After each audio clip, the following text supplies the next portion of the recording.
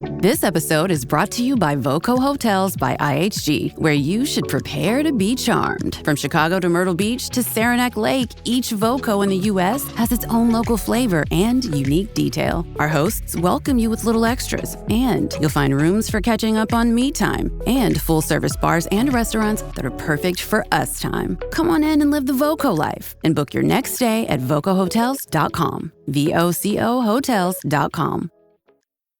Hey, Fidelity. What's it cost to invest with the Fidelity app?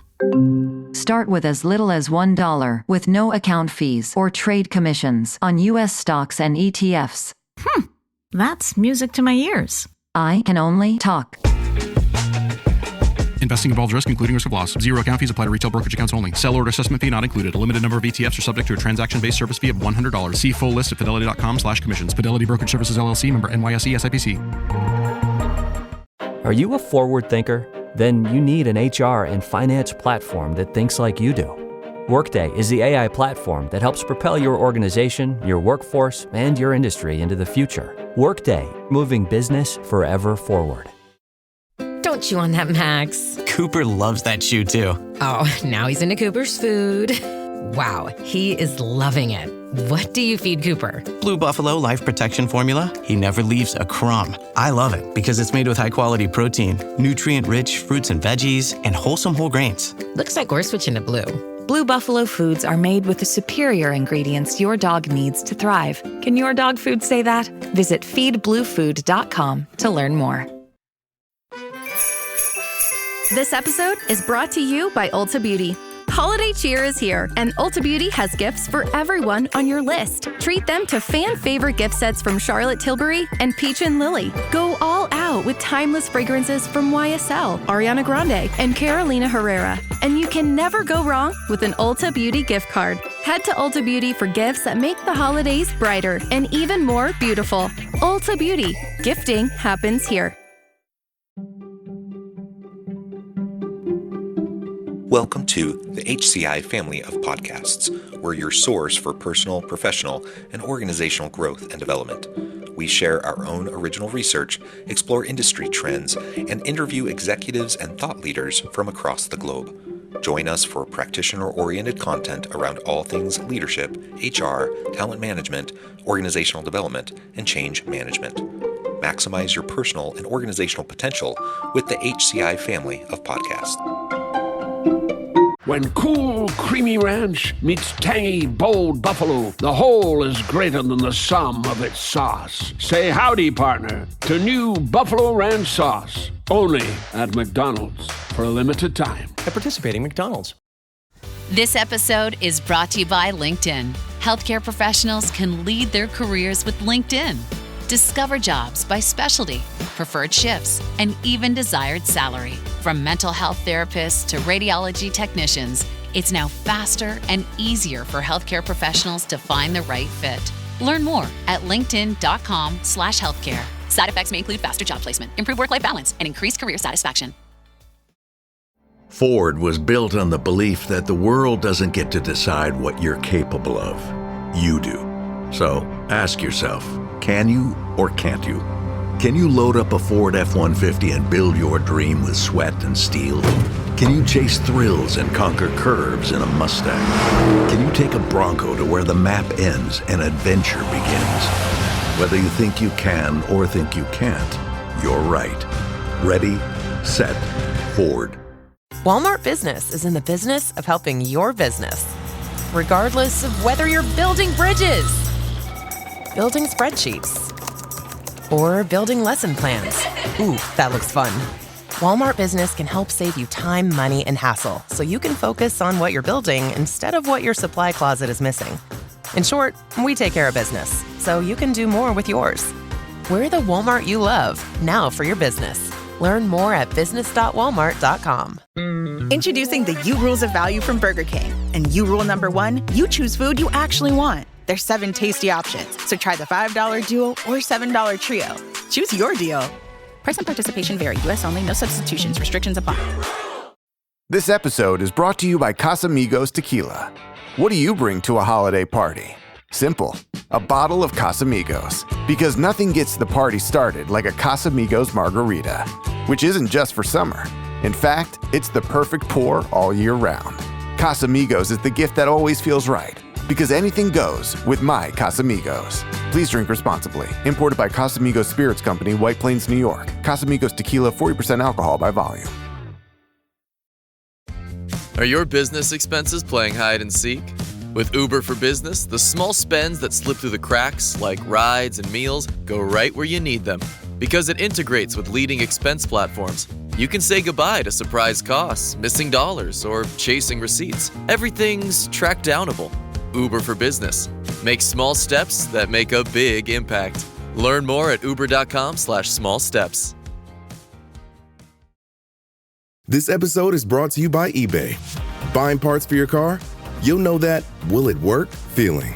But on eBay, buying parts is different. eBay's free returns means if it doesn't fit, or if it isn't what you expected, you just print a label, drop it off, and get your refund fast. No haggling, no stress, and at least 30 days to return any eligible item. Millions of parts, free returns. eBay. Things people love. Eligible items only. Exclusions apply. Experience a membership that backs what you're building with American Express Business Platinum. Unlock over $3,500 in business and travel value annually with statement credits on select purchases from brands like Dell, Hilton, and Adobe, and other benefits. American Express Business Platinum. There's nothing like it. Based on total potential value of statement credits on select purchases and other benefits, enrollments required, monthly and other limits and terms apply. Learn more at americanexpress.com/business-platinum. Gold Bond knows that things are just better with a little boost. Like your music? And your skin. Check out Gold Bond's new Plumping Collagen Body and Face Serum Lotion.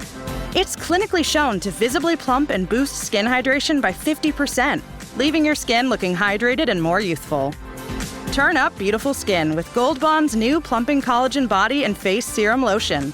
Learn more on Amazon. This episode is brought to you by Netflix. New players, new games, new rules. Squid Game, The Challenge returns for a gripping second season. 456 contestants from all walks of life, competing in the ultimate test of strategy, alliances, and endurance. For a life-changing prize of $4.56 million. With stakes this high, why make friends when you can make millions? Watch Squid Game, The Challenge Season 2, now playing only on Netflix. Shaq here, spinning fast-acting pain relief with Icy Hot. Ice works fast, heat makes it last. Icy Hot, you're so back. Simon T. Bailey, welcome to the conversation today. Good to be with you. It is a pleasure to be with you. You're joining us from Orlando, Florida. I'm south of Salt Lake City in Utah. And today we're going to be talking about your recent book, Resilience at Work: How to Coach Yourself into a Thriving Future. I love that. I think resilience is such an important topic generally, just in life. But when it comes to the workplace, we live in kind of unprecedented times of discord, disruption, complexity, and resilience is the name of the game, right? Like, we just need to be more resilient as individuals, as team members, as leaders. And so I really appreciate you sharing your wisdom and time with me and my audience today. As we get started, I wanted to share Simon's bio with everybody. Simon T. Bailey is the world's leading expert in brilliance. His groundbreaking research State of Working America report, Thriving in Resilience and Brilliance, solidifies his insights in his 11th book, Resilience at Work: How to Coach Yourself into a Thriving Future. With Disney Institute as his launchpad, he's left an indelible mark on 240,000 plus individuals and organizations across 54 countries, including American Express, Deloitte, Visa, and many others. He has made a remarkable impact on so many professionals around the world. And Simon, just a real pleasure to have you joining me today. Anything you would like to highlight by way of your background or personal context before we dive on in? You know what, John, just happy to be here. I'm just a person on the journey trying to figure it out like everyone else. Yeah, well, we all are, right? We're all trying to figure it out. The last conversation I was in, we talked a lot about curiosity and how important it is to stay curious, to be inquisitive, and how that fuels creativity and innovation and just ongoing learning. And so I feel like a big piece of resilience is just like exercising that muscle of curiosity, and being open and willing to roll with the punches, because we're all going to face it. We all have stuff in our backgrounds. We all have challenges in our current lives. And we don't, as I look out across, my workplace, and I look at all my coworkers, I know them, but I probably only know, kind of the a very surface level, of their past and their current situation, and like all the stuff they're dealing with. And so, we have to have grace for others, but we also have to hold grace and patience for ourselves, because we're all dealing with stuff, right? Yes, absolutely. And in our research, we asked 1,000 working Americans what did they do to define resilience. And John, they told us that it was problem solving, grit, and perseverance. Obviously, grit, a lot of Angela Duckworth's work. But what Yeah. jumped out at me is problem solving. So, in other words, no one is coming to solve your problem but you. And nobody's saving you. So that resilience allows you to go deep and figure out, what do I need to do right here, right now? Yeah, yeah, awesome. Well, why don't we start, as we start to unpack your book, I always love to ask authors, why this book, why now? What was it about this topic, and why was it so important for you to get this book out into the world? When I look at all the organizations that I've gone to work with, looked at my own personal journey, I kept coming back to how did we make it? What did they do? And resilience just leaped off the page. It was just right there. People decided to pull up their bootstraps, stop crying over spilled milk, and said, if I'm going to make something happen, it's up to me. My father would say, the best hand that will feed you is the one at the end of your wrist. So that's resilience in a nutshell. This what Marie Forleo calls figure out ability to keep moving forward. I have a neon sign in my office that says everything is figure outable. So I love that figure out ability. It's true. Like, man, if there were easy answers to the most challenging, perplexing problems that were out there, we would have already solved them, right? So nobody's pretending like there's easy answers. Nobody's pretending like your life is, just super easy. Like, yeah, everyone has challenges. Everyone has stuff. Some people more than others, but everyone has stuff they have to deal with. And so everyone has problems that come at them, often at a pace, that you don't want. And it's hard. Like, nobody's doubting that. Nobody's questioning that. It is hard. But one of the biggest differentiators that you see, behind those that make, just steady progress in life, and those that don't stay stagnant, is just the willingness to face those challenges head on, to not retreat from them. I spent, I've lived and spent quite a bit of time in Asian countries, particularly in South Korea, and there's one Korean proverb, that's similar to other, wisdom statements from other cultures as well. Fall down 7, get up 8. Like, you will. It's acknowledging that yes, you are going to fall down. You're going to fall down flat on your face. You're going to get your nose bloodied. It's going to be uncomfortable, and you're not going to want to get back up. But as long as you just get up that one more time, then you fall down, then guess what? You're being successful. You're making progress. And again, we all have those things. We all fall down. We all, step in it. We all, make huge mistakes. And it's not about not making mistakes. It's about learning from those mistakes and getting up again and trying again. And that tenacity, that grit, that resilience, coupled with curiosity, means we will continue to make progress. It may be slow, steady progress, but we will make progress. Someone mentioned to me, I don't know, this was a couple years ago, but their mindset was, what if we can just be like 1% better at something each day? Just incremental, just a little bit. Just try to be just like 1% better. Can you imagine if we can do that consistently, like how much progress we're going to make in a month, in a year, in 10 years, in our lives, in our professions? It's almost unimaginable how much exponential growth can occur just by that small little amount. But it's hard to do, and most people don't do it because right? Yes.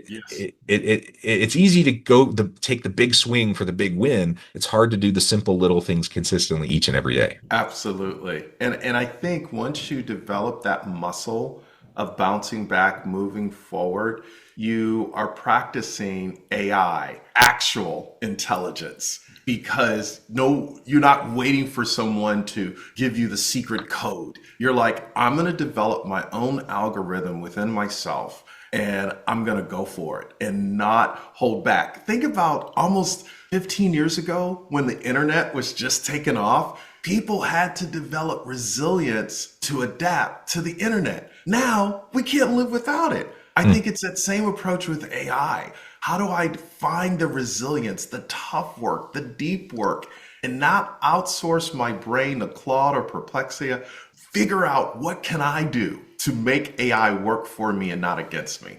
Yeah. I was just looking at a report the other day. I'm trying to remember who put it out. But essentially it was like a neurobiologists, and they like did brain scans of folks, your brain on AI, so they like had basic tasks, and then those who never used any AI, those who used it just as kind of a bit of a tool, a fact checking tool, and then those who became over reliant on it and are just like putting in prompts and copying and pasting everything over. And it was startling. It was startling how quickly our brain atrophies when we become over reliant on tools. But that's not to say we shouldn't use the tools. It just means we have to have checks in place, because it's really easy, especially in a really hectic, busy life, for you to just kind of hand things over to the automation.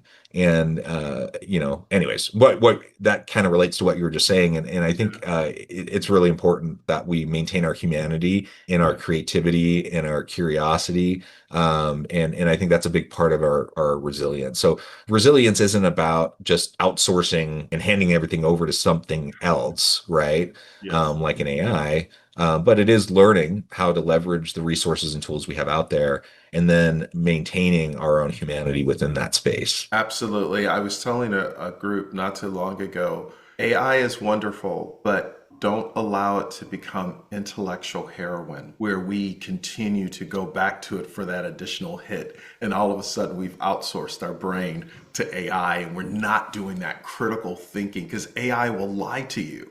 And because it wants to please you. And if you're not just doing that deeper work, asking different questions, looking at different sources, and the struggle of trying to figure it out, then you're not being curious and learning and not developing that resilience. Yeah, absolutely. So your book is all about resilience at work. We've talked quite a bit already about, resilience and why it's so vital, how it can help people, thrive in various aspects of their lives. Within a business context in particular, what would you say, like, how can we use resilience to better navigate business challenges, to get us past the hurdles and get us to greater success?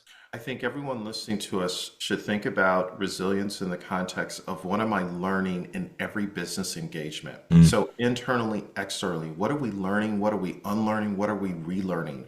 What did we just take away from that client interaction? What was hard? What was right? What was difficult? What can we do better? How do we come alongside them and give them a little something extra for nothing, which is a whole plus up concept that I learned when I worked at Disney.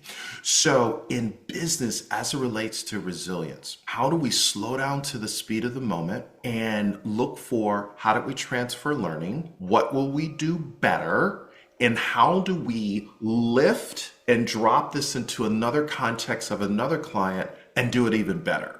So it's constantly just learning on the fly. Yeah, and that constant learning comes right back to what we were talking about earlier with curiosity.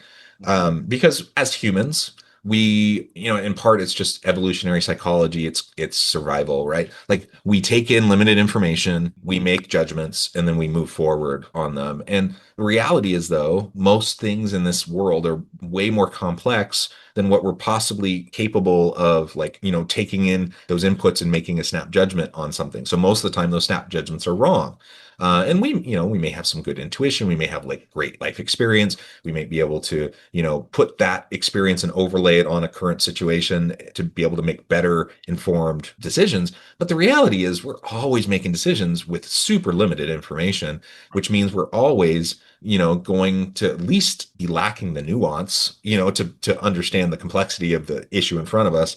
And so maintaining that curiosity, asking the questions, hypothesizing, and then being willing to disconfirm your hypothesis and like set it aside and move in a different direction because now you have more information. Like those components are so very important. And I have to say, as a society right now, I feel like we're kind of failing miserably at doing that on a collective scale. Like we're just there's so much clickbaitiness and there's so much like internet rage and there's just so much divisiveness and like people feel like they've already figured everything out and that anyone who doesn't agree with them is evil and bad.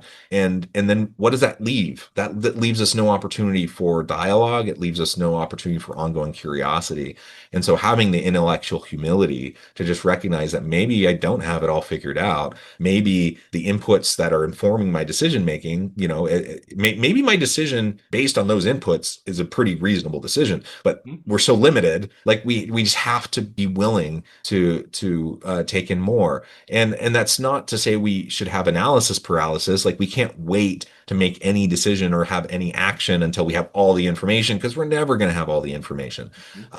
But it does mean that we can iterate and experiment and then reshape our understanding and move in a different direction once we have more information, right? And that curiosity is going to be so important. And I think it leads to a heightened resilience, in part because it also allows us to recognize our own humanity and the humanity in others around us. And so when I fall down, I don't have to feel defeated. Like I can just say the only problem with a mistake or a misstep or a tripping myself up, the only real problem with that is if I don't learn from it and if I can't get back up and move forward. The falling down itself, it's just part of the human condition. Like it's something we all do. And that is resilience at its core. Exactly. Love it. Well, so let's dig in a little bit more to some of those core lessons in your book. I know one of the things that you talk about is how resilience can help lead to purpose, to help people understand the meaning and purpose in their lives and what's going to drive them on that journey. Can you share a little bit more about that? Yeah, so in my own journey, what I discovered when I answered the questions, where have I been? Why am I here? What can I do? And where am I going? I want to drop a pin in the what can I do question, because when you're finding your purpose, John, a lot of people think it's this big thing out here. And sometimes it's just a little step. It's one phone call, one conversation to say, what can I do that's in front of me? And then all of a sudden you create momentum to say, oh, if I did that, then I can do this. And you start to discover that it's just one micro step in the right direction to give somebody a hand up, not a handout, to help someone with no strings attached. That pulls you into purpose and it develops that resilience, number one. Number two, it's also examining how do I use my time as I go through the day? Because how you start the day determines the day. And every day you invest energy, you deploy energy into a place called work or a job. Is it purposeful or is it just something to do? Are you just, kind of minding the time there? But then I think that third thing, and this is something I learned from Harry Kramer, former chairman, CEO of Baxter Healthcare. He said, Simon, reflect every single day and ask yourself this question: how did I grow? How did I make a difference today? And when you have that type of personal accountability, that moves you closer to purpose every day, inch by inch, not getting to the end of the year. Where did the year go? No, you chunked it down into seconds, minutes, hours, days, weeks, months. Yeah. And I mean, there's a lot of ways to derive meaning and purpose in life, right? And helping other people, being involved in important causes, et cetera, et cetera. And that's different for everyone. Like everyone has their different kind of driving meaning and purpose. But one of the core parts of like purpose, the foundational pieces of purpose for I think just about every human being is mastery, like the ability to improve, to grow. Everyone loves to feel like they have mastered something, like they've grown or developed in some way. And that can be painful. It can be hard to grow, and it takes consistency. And it can be frustrating when you put yourself out there and you try something and it doesn't work and you fall down, and to brush off your ego and stand back up and try again. But people love to feel like they've mastered something. I think of my son who's 12 now. I'm trying to remember how old he was at the time when he decided he wanted to like learn Rubik's Cube. You've probably seen the videos of people like doing Rubik's Cubes insanely fast, right? And he's not anywhere close to like world record pace of being able to like solve a random Rubik's Cube that jumbled up within like 5 seconds or whatever the record is. But when he picked up that Rubik's Cube and he started messing with it and he started trying to figure it out, and then he watched videos on how the hacks behind like how do you solve a Rubik's Cube and like all that kind of stuff. And it was a painful, frustrating process for him. But within a few weeks, he was to the point where he could easily solve that Rubik's Cube, within like 45 seconds or something, which it's not the world record pace, but man, my goodness, like for like a kid who grew up in the 80s and 90s, to even, I can't even wrap my head around the idea that you're going to like pick up a random jumbled Rubik's Cube and solve it in under a minute. That's insane. And so, I just remember as the light bulbs turned on for him and as he started to have those experiences of that mastery. And as a young kid, a 10-year-old, 11-year-old, whatever it was at the time, that he derived stuff from that. And I think we're all that way. Like that's why people practice instruments, that's why people do Sudokus. That's like people do all these different things because they like to have, the opportunity to master something. And we can build a lot of purpose around that mastery and that it's natural, it's just natural ongoing lifelong learning that occurs as we're developing the mastery in whatever thing that we're trying to master. And it's a good reminder to me too. Like sometimes you feel like maybe you're stagnating in your job. I was looking at the recent Gallup report, of disengagement. And in the particular report I was looking at, the particular section was around leader disengagement. So like middle managers up through executive level, these are successful people. Like, they're doing cool stuff in their jobs. And yet the level of leadership disengagement is alarming. And so many feel completely disengaged. They just feel like they're not doing anything that matters. And I'm like, why is that? What is causing that? And I think we all can very quickly and easily kind of get lulled into just kind of doing the same thing each and every day. But if we can show up to our workplace with our teams and have the goal of improving ourselves just a little bit and modeling that for our teams and helping them to improve themselves just a little bit. A lot of the other garbage that happens in life and that happens at work and all the things that can get us frustrated, all those things start to take a back seat and we can really focus on what matters most. What's your son's name? Braden. Braden. So Braden literally has given us the template on how to become a master at anything. And it's the struggle of figuring it out and just continuing to show up and finding that hope to say, what can I do instead of what I can't do? So I think leaders listening to us right now to rekindle that purpose and that meaning as to why you signed up the first day and how do you continue to show up, because everybody's feeding off your energy and taking direction from you. And if you're lost in a blizzard, they're lost in a blizzard. Yeah, absolutely. One of the things I found that's interesting in your book, you introduce these characters to kind of, give us kind of a template or kind of like, to better understand and map all this out. So you have worry, you have hurry, you have worry, you have ready, and you have steady. Maybe talk a little bit about these characters, and how they represent different, aspects or phases in our life or different ways that we show up to life. In our research, 56% of working Americans told us that they're living life in a hurry. They don't have time to slow down to the speed of the moment. When I talk about worry, the research is when the brain is worrying about the future, it actually slows down and doesn't create neurogenesis, which is the process of growing neurons, which grows the brain.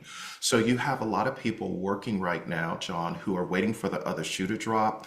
They are uncertain if AI is coming for their job. And they're kind of like in this holding pattern, worrying about how do I move forward? What am I going to do? And then you have this steady personality who is calm as a cucumber, who shows up to say, you know what? Here's true north. Here's where we're going. And they demonstrate it every single day. And then you have that ready personality who leads without a title. They're not waiting for anybody to do anything. They're like, I'm going to go for it. I'm going to make it happen. I'm going to go the extra, as they would say in South Dakota, I'm going to go the extra acre for the customer. So it's that ready mindset, that ready and steady begin to influence hurry and worry and begin to coach them into the future through 3 questions. Number 1, what do you want for you? Number 2, what do you feel about where you are? And then the third question is, what are you going to do? What is that step that you are going to take to create a thriving future? Yeah, I love that. And I love because we all do find ourselves in different stages, right? And sometimes it's life stage, career stage that influences that heavily.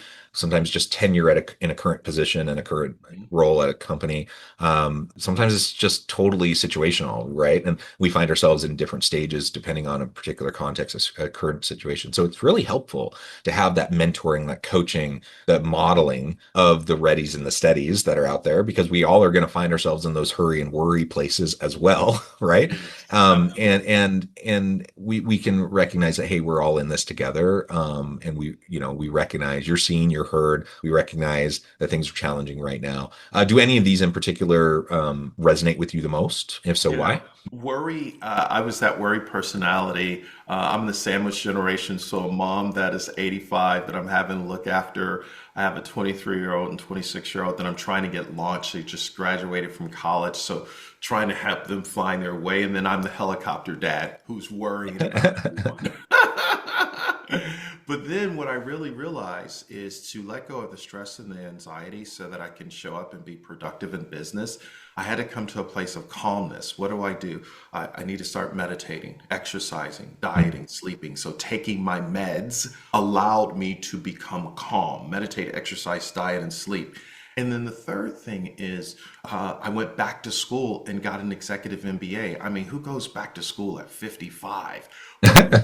Good for you. John, is I was trying to, I was looking for broadband results, but I was using dial-up methods in my approach. And I had to change my thinking, and it was tough. It was tough, but best thing ever. Yeah. Oh, I love that. I love that. Well, this has just been a really great conversation, Simon. We could go on and on, but I know at the time I need to let you go. Before we wrap things up, I just wanted to give you a chance to share with the audience how they can connect with you, find out more about your work, where they can find your book, and then give us the final word for today. Yeah, SimonTBailey.com, Simon T. Bailey on all platforms. And then certainly here's the thing I want you to think about. A hopeless leader is a helpless leader, but a hopeful leader is a helpful leader. So be hopeful and helpful. That is the path to resilience. I love that. Hopeful and helpful. Simon, thank you so much. It's just been a real pleasure. I encourage the audience to reach out, to get connected, find out more about what Simon can do for you. Check out the book. And as always, I hope everyone can stay healthy and safe, that you can find meaning and purpose at work each and every day. And I hope you all have a great week.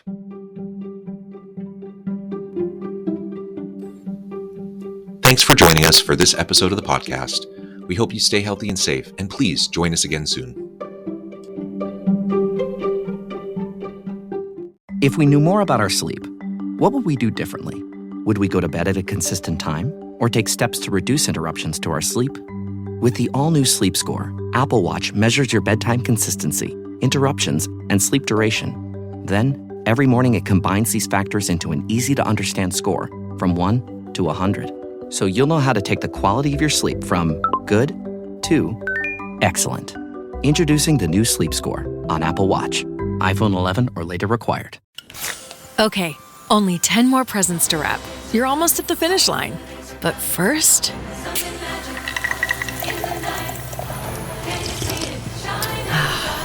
There, the last one. Enjoy a Coca-Cola for a pause that refreshes. What are you waiting for? The perfect sign? You already know it's the conference everyone's talking about. You want next-gen protocols, real science, real results? Then don't just stream the future. Step into it. Welcome to Longevity Fest, the premier event redefining the future of health and longevity, where breakthroughs drop and leaders connect. But the real win? The knowledge you'll bring back. Time is running out.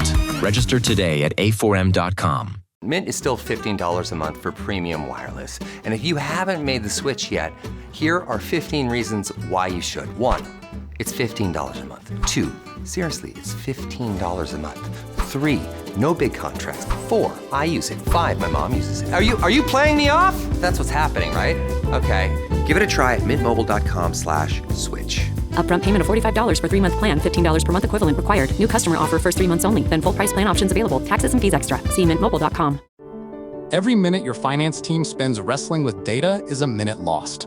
Insight Software's AI-powered insights instantly move you from complexity to clarity. Automated analysis, real-time reporting, strategic recommendations, all at your fingertips. Transform how your finance team works and watch your business grow. Stop wasting time. Start making smarter decisions.